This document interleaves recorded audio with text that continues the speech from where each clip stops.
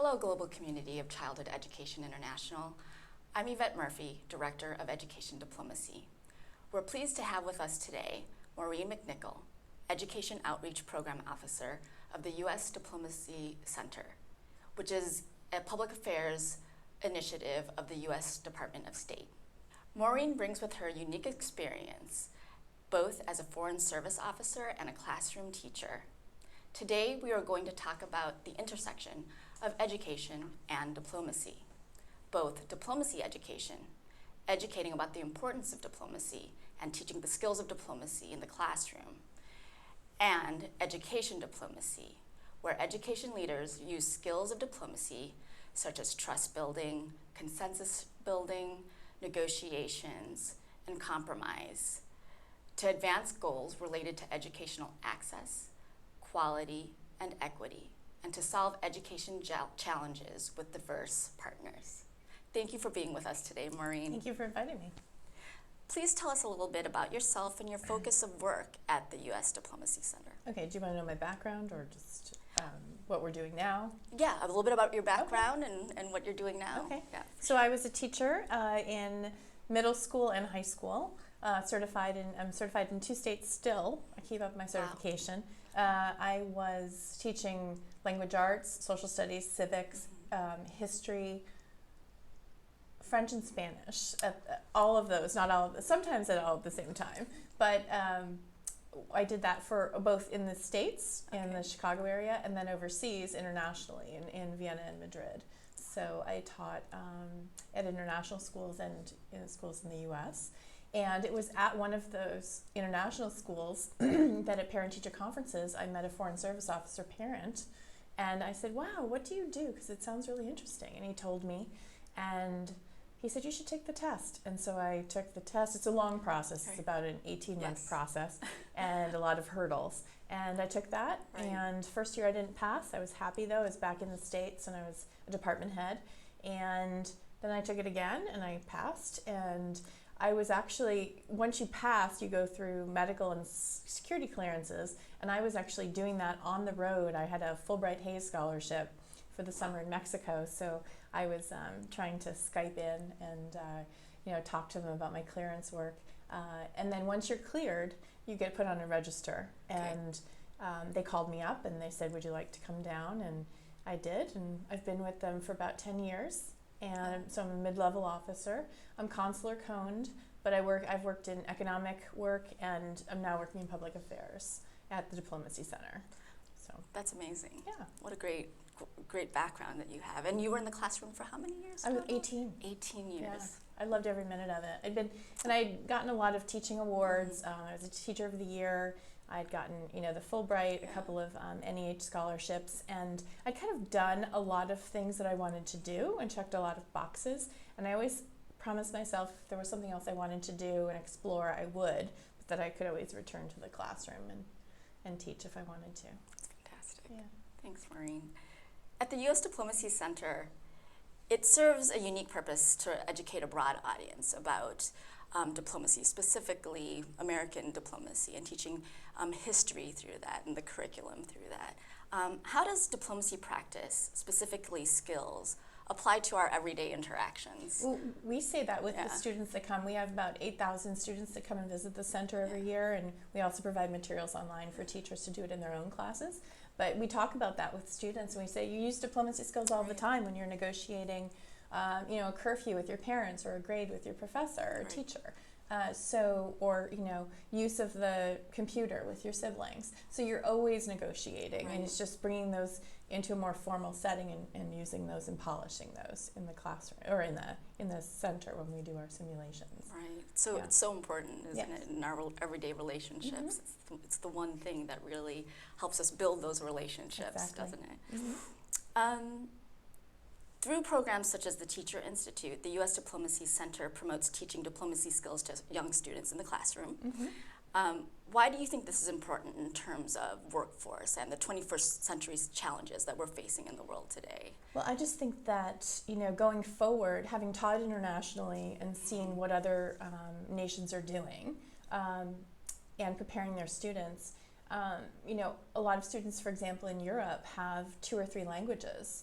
and in addition to content that they're learning, and they have travel, broad travel, and a lot of our students in the United States don't get that opportunity. And in fact, I just read something recently where approximately 9% of U.S. students go and travel, go and study overseas for junior year abroad.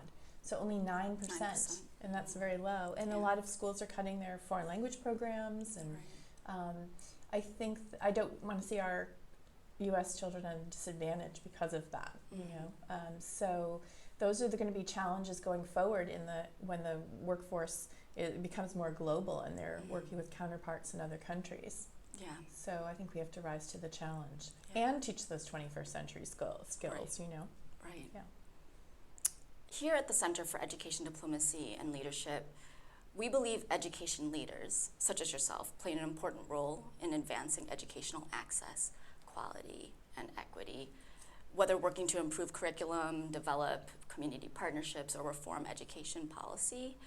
Which diplomacy skills do you think education leaders should have, and perhaps drawing from your own experience as an education leader? Well, I think teachers have to be quite the diplomat, because you've got to do diplomacy in a 360 setting. You have your administrators, your board of education sometimes. You have, the students in the classroom, their parents. You have other colleagues and support staff at the school. And then you have, civic and community groups sometimes that you're dealing with. So it's quite a range. And being able to, reach out to all of those groups and work well with them is quite a skill. Yeah.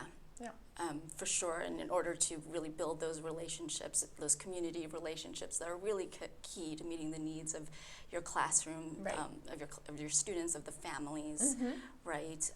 And is similarly, may I ask, in your experience as a diplomat, as a foreign service officer, what key skills? Is there a story you could share, or key skills that you? I could share a lot of stories, but I think let's talk about the skills first. I think analyzing a person's position, deciding how to build that bridge, and finding common ground.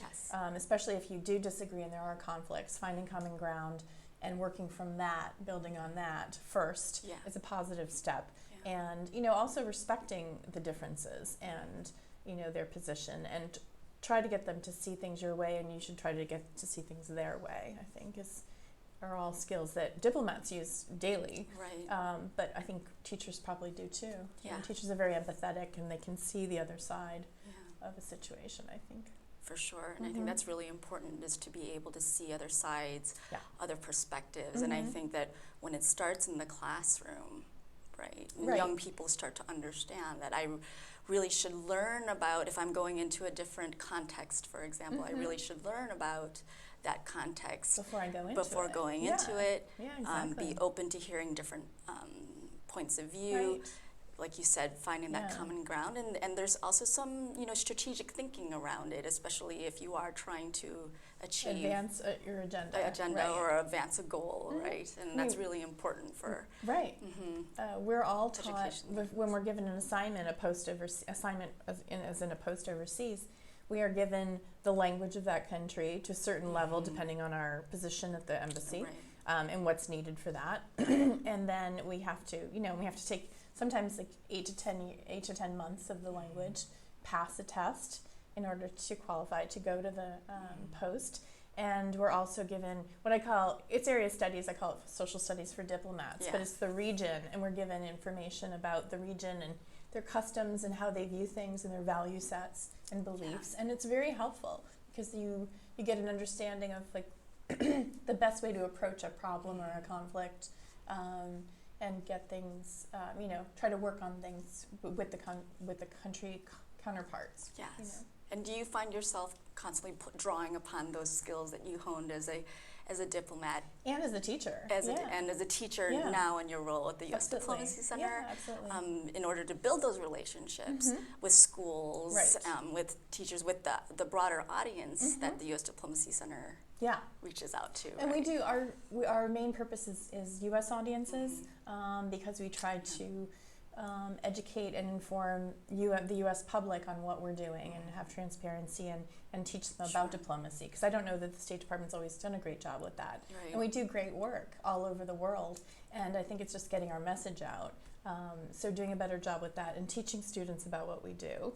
And we have about a 76% increase in their understanding after they come to the Diplomacy Center. That's of what the fantastic. department's work is. It's really important. Yeah. It's so relevant Yeah. today, really, to address, to be able to work together. Mm-hmm.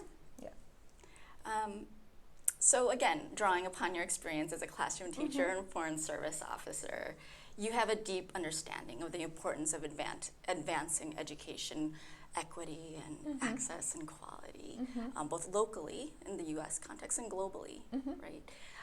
Using that education diplomacy lens, what advice do you have for other education leaders working to improve education in their context, whether it's here in the U.S. or in another country? I would say, excuse me, always go and look for stakeholders that are going to help you. First, find those alliances, build those alliances, and cultivate them. Not just when you need something, but if you found an article that was reminding you of someone at another organization that might be able to help, forward it to them. Not with the intent purpose like they can help me later, but just building relationships, genuine relationships of trust, and forging those. There are a lot of resources out there for teachers. The Asia Society I know has a great newsletter monthly, and they have a list of all kinds of opportunities for teachers to work on building those 21st century skills with their students. Both opportunities for teachers and students. Like over the summer, I was always one of those teachers that during the summer, took advantage of NEH grants, National Endowment for the Humanity grants. Embassy of Spain had many scholarship opportunities to study over there, so I did that. The Fulbright, I think there's a lot of opportunities to kind of meet other teachers and learn from them as well. Yeah. So I'm not sure I answered your question, but. No, I think that you did. I think that it's really important to, like you said, to bring together different stakeholders to learn about them, to really broaden your own perspective, both as an educator and as a leader. Right. National Geographic has great courses as well, and you get to meet teachers from all over in cohorts online. And then I think if you advance enough, you can actually go on these expeditions with explorers, which is great. Yeah, and then bring that stuff into the classroom. Yeah. Like the Galapagos and all over the world. So, yeah.